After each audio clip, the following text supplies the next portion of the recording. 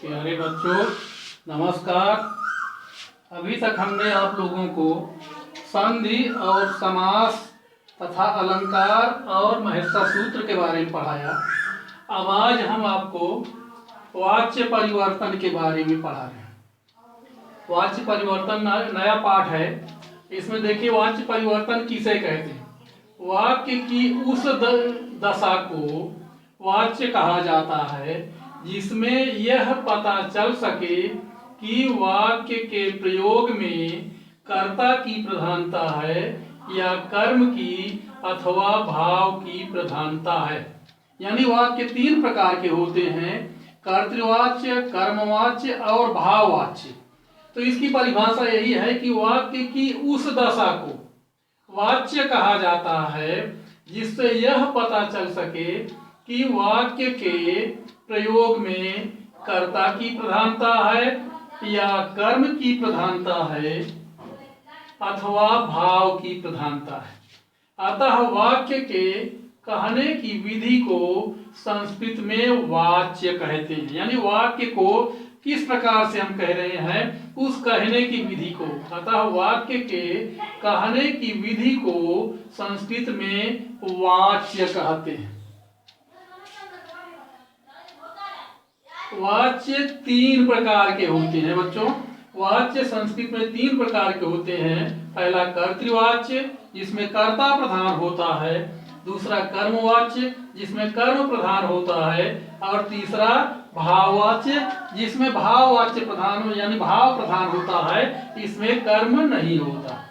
अब पहला कर्तृवाच्य के बारे में देखिए। कर्तृवाच्य के वाक्यों में क्रिया कर्ता के अनुसार प्रयोग होती है। कर्तृवाच्य के जैसे वाक्य होते हैं, तो कर्तृवाच्य के वाक्यों में क्रिया कर्ता के अनुसार प्रयोग होती है। अर्थात जिस वाक्य में कर्ता प्रधान हो और क्रिया कर्ता के पुरुष एवं वचन के अनुसार प्रयोग की जाती है, उसे कर्तृवाच्य कहते हैं। यानी कर्तृवाच्य में जो क्रिया होती है वो कर्ता के अनुसार चलती है। कर्ता के अनुसार उसमें विभक्ति और वचन का प्रयोग किया जाता है। इसीलिए कह रहे हैं कि कर्तृवाच्य के वाक्यों में क्रिया कर्ता के अनुसार प्रयोग होती है। अर्थात जिस वाक्य में कर्ता प्रधान हो और क्रिया कर्ता के पुरुष एवं वचन के अनुसार प्रयोग की जाती हो, उसे कर्तृवाच्य कहते हैं। यथा बालकः पत्रम लिखति, बालक पत्र लिखता है, बालक चिट्ठी लिखता है। इस वाक्य में चूंकि पत्र लिखने का कार्य बालक कर रहा है, बालक क्या कार्य कर रहा है? पत्र लिखने का। इस पत्र को लिखने का कार्य बालक कर रहा है, इसलिए बालक करता है। ये बालक जो है, ये बालक इसमें करता है। ये बालक जो है ये करता है और ये कर्म है, और लिखति जो है वो क्रिया है।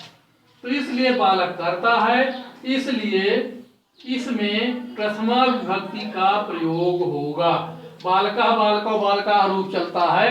बालका बालको बालका, बालकम बालका बालकान, बालकेन बालकाभ्याम बालकई है। तो इसलिए बालका है प्रथमा विभक्ति एक वचन का रूप इसमें लगा है। और फिर उसके बाद कह रहा है कि बालक करता है, इसलिए इसमें प्रथमा विभक्ति का प्रयोग होगा, यानी हुआ है। और बालक कर्ता के अनुसार विभक्ति के वचन तथा बालक कर्ता के अनुसार विभक्ति के वचन तथा क्रिया का प्रयोग लिखति। बालक कर्ता के अनुसार विभक्ति, यानी कर्ता बालक है, बालक के कर्ता के अनुसार विभक्ति के वचन, ये वचन तथा ये क्रिया का प्रयोग लिखति हुआ। लिखति जो है ये प्रथम पुरुष एक वचन का, प्रथम पुरुष एक वचन का रूप है लिखति। और बालका जो है प्रथमा विभक्ति एक वचन का रूप है, तो ये भी एक वचन, ये भी एक वचन। इसीलिए कह रहा है बालका कर्ता के अनुसार विभक्ति के वचन तथा क्रिया का प्रयोग लिखती हुआ है। कर्म पत्रम में द्वितीया विभक्ति है। देखिए जो कर्म होता है, कर्म में हमेशा, कर्तृवाच्य में कर्म में हमेशा द्वितीया विभक्ति होती है, उसमें अन्य कोई विभक्ति नहीं होती है। यदि कर्तृवाच्य का वाक्य है तो उसमें कर्म में हमेशा द्वितीया विभक्ति होती है, उसमें कोई अन्य विभक्ति नहीं होती है। इसलिए एक बार फिर से देख लीजिए, कर्तृवाच्य के वाक्यों में क्रिया कर्ता के अनुसार प्रयोग होती है, यानी क्रिया का प्रयोग कर्ता के अनुसार होता है, अर्थात जिस वाक्य में कर्ता प्रधान हो और क्रिया कर्ता के पुरुष एवं वचन के अनुसार प्रयोग की जाती हो उसे कर्तृवाच्य कहते हैं।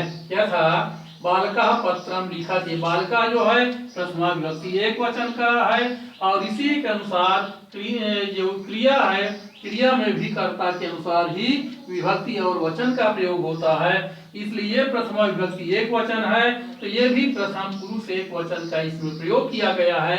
और चूंकि कर्तृवाच्य के वाक्यों में कर्म में हमेशा द्वितीया विभक्ति होती है, इसलिए कर्म में यहाँ पर भी द्वितीया विभक्ति हुई है।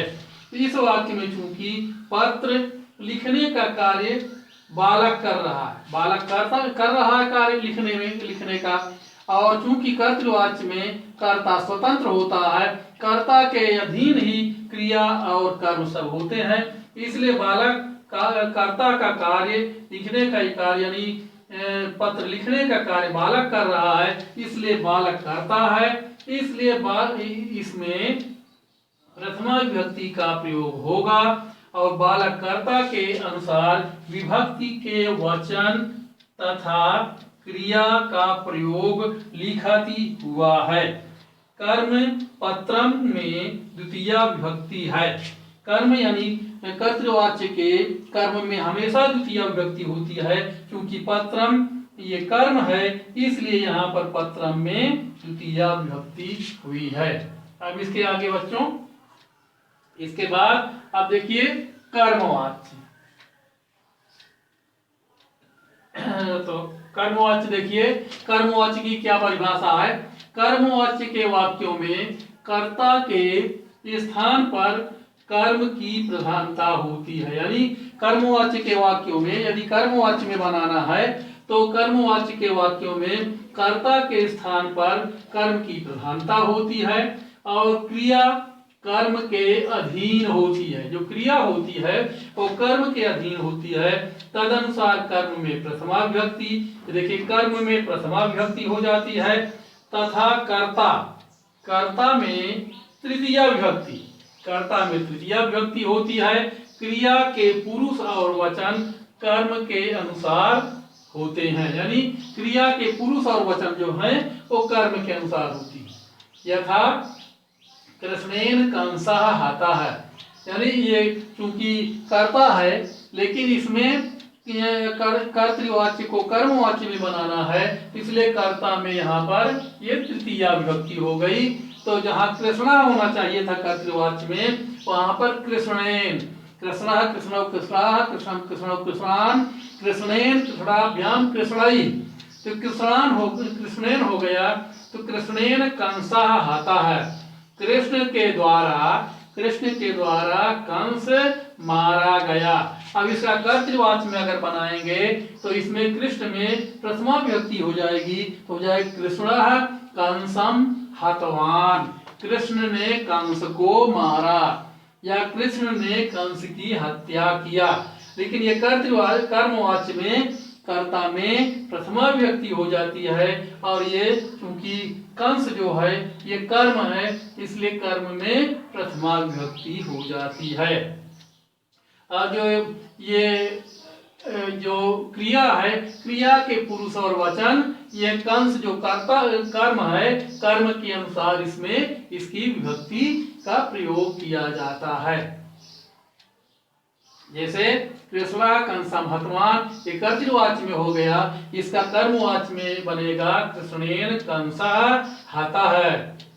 जैसे अब कंसः कंसौ कंसाः ऐसे रूप चलेगा, तो कंसः प्रथमा विभक्ति एक वचन का रूप हो गया और कृष्णेन तृतीया विभक्ति एक वचन का रूप हो गया। ठीक उसी प्रकार से त्वया पत्रम लिख्यते, तुम्हारे द्वारा पत्र लिखा जाता है। इसका कर्तृवाच्य में होगा त्वम पत्रम लिखासी, तुम पत्र लिखते हो। अब इसमें कर्ता ये है त्वम, तो इसमें प्रथमा विभक्ति एक वचन हो गया। और क्योंकि ये कर्म है, कर्म में हमेशा कर्तृवाच्य के वाक्यों में द्वितीया विभक्ति होती है, और लिखासी जो है वो कर्ता के अनुसार क्रिया का प्रयोग होता है। लेकिन कर्मवाच्य में कर्ता में तृतीया विभक्ति, कर्म में प्रथमा विभक्ति, और क्रिया जो होती है कर्म के अनुसार चलती है। तो चूंकि पत्रम जो है ये नपुंसक लिंग का है, इसलिए पत्रम पत्रे पत्राणि, पत्रम पत्रे पत्राणि रूप चलता है, इसलिए प्रथमा विभक्ति एक वचन का रूप हुआ।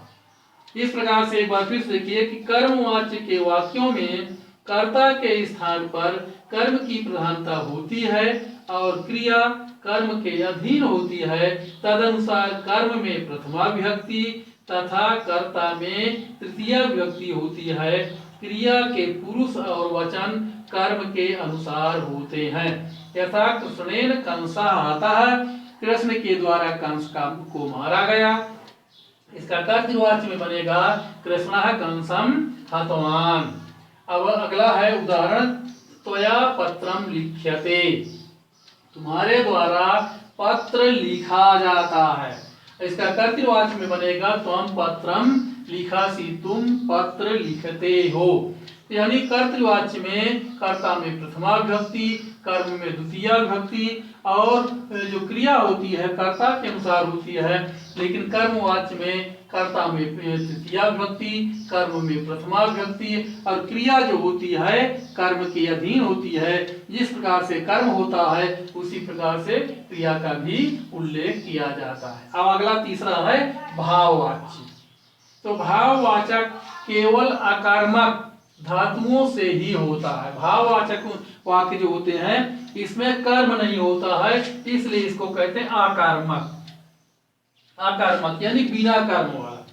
तो भाववाचक वाक्य जो होते हैं केवल अकर्मक धातुओं से ही होता है। इस वाच्य में भी कर्ता में तृतीया विभक्ति, देखिए इसमें भी जैसे कर्मवाच्य में कर्ता में तृतीया विभक्ति होती है, ठीक उसी प्रकार से भाववाच्य के वाक्यों में भी कर्ता में तृतीया विभक्ति होती है। और यथा त्वया गम्यते, तुम्हारे द्वारा जाया जाता है। इसमें क्योंकि ये त्वया गम्यते तुम्हारे द्वारा जाया जाता है, इस भाववाच्य का कर्ता किसी भी लिंग और वचन का हो उसकी क्रिया में एक वचन ही होगा। यानी ये जो क्रिया है चाहे ये प्रथम पुरुष, मध्यम पुरुष, उत्तम पुरुष, किसी वचन किसी पुरुष का हो, यानी वह है या किसी नाम के साथ है या मैं हूं या तुम हो, ऐसा करके कोई भी करता हो, लेकिन उसकी क्रिया जो होती है वो प्रथम पुरुष एक वचन का,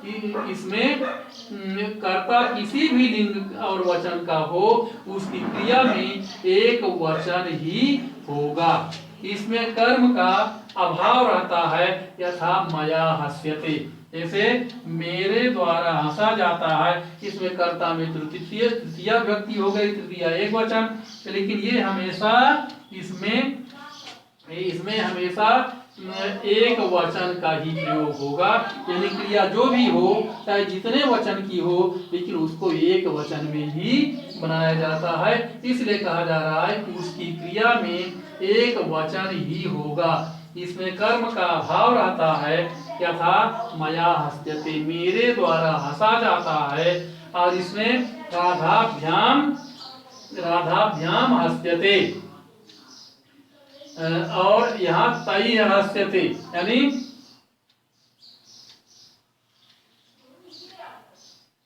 देखिए राधाभ्याम, दो राधाओं के द्वारा, राधाभ्याम इसमें द्विवचन का प्रयोग किया गया है, तृतीया विभक्ति चतुर्थी विभक्ति, यानी राधया राधाभ्याम राधवी। तो इसमें राधाभ्याम जो है तृतीया चतुर्थी विभक्ति द्विवचन का है। तो राधाभ्याम, दो राधाएं हंस रही हैं, इसमें तो द्विवचन का प्रयोग हुआ है, लेकिन इसमें हमेशा एक वचन का ही प्रयोग हुआ। जैसे यहाँ एक वचन है तो यहाँ भी एक वचन, यहाँ द्विवचन है तो भी यहाँ पर एक वचन, यहाँ पर तय बहुवचन है लेकिन फिर भी यहाँ पर एक वचन का ही प्रयोग हुआ है। यानी भाववाच्य के वाक्यों में कर्ता कितने भी वचन का हो लेकिन क्रिया उसकी एक वचन की ही होगी।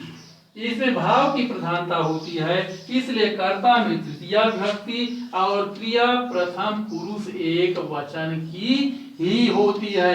यानी क्रिया जो होती है वो प्रथम पुरुष एक वचन की होती है भाववाच्य में, और कर्ता में हमेशा तृतीया विभक्ति होती है। एक बार फिर से देख लीजिए, भाववाच्य भाववाचक केवल अकर्मक धातुओं से ही होता है। इस वाच्य में भी कर्ता में तृतीया विभक्ति होती है, यथा त्वया गम्यते, यानी तुम्हारे द्वारा जाया जाता है। भाववाच्य का कर्ता किसी भी लिंग और वचन का हो उसकी क्रिया में एक वचन ही होगा। इसमें कर्म का अभाव रहता है, यथा मया हस्यते, मेरे द्वारा हंसा जाता है, यहाँ पर कर्म नहीं है। तो इसलिए दो ही शब्द हैं, यानी कर्ता और क्रिया। तो मया कर्ता है और हस्यते क्रिया है, और इसमें कह रहा कि एक वचन का ही प्रयोग होगा, इसलिए हस्यते एक वचन की क्रिया का प्रयोग किया गया है। यहाँ द्विवचन का है फिर भी क्रिया में एक वचन का प्रयोग हुआ है, यहाँ पर बहुवचन है फिर भी क्रिया में एक वचन का ही प्रयोग हुआ है। अब इसलिए इसमें भाव की प्रधानता है, इसलिए कर्ता में तृतीया विभक्ति और क्रिया प्रथम पुरुष एक वचन की है। इनमें तीनों में देखिए, इसमें भी प्रथम पुरुष एक वचन, इसमें भी प्रथम पुरुष एक वचन, और इसमें भी प्रथम पुरुष एक वचन का प्रयोग हुआ है। इस तरह से वाच्य परिवर्तन के तीनों वाच्य समाप्त हुए। अब कर बच्चों इसके आगे किस तरह से कर्तृवाच्य के वाक्यों को भाववाच्य में बदलेंगे, या कर्मवाच्य के वाक्यों को कर्तृवाच्य में बदलेंगे, या कर्तृवाच्य के वाक्यों को कर्मवाच्य में बदलेंगे। इस तरह से तीनों वाच्यों का परिवर्तन के बारे में आगे फिर कल पढ़ाएंगे। धन्यवाद।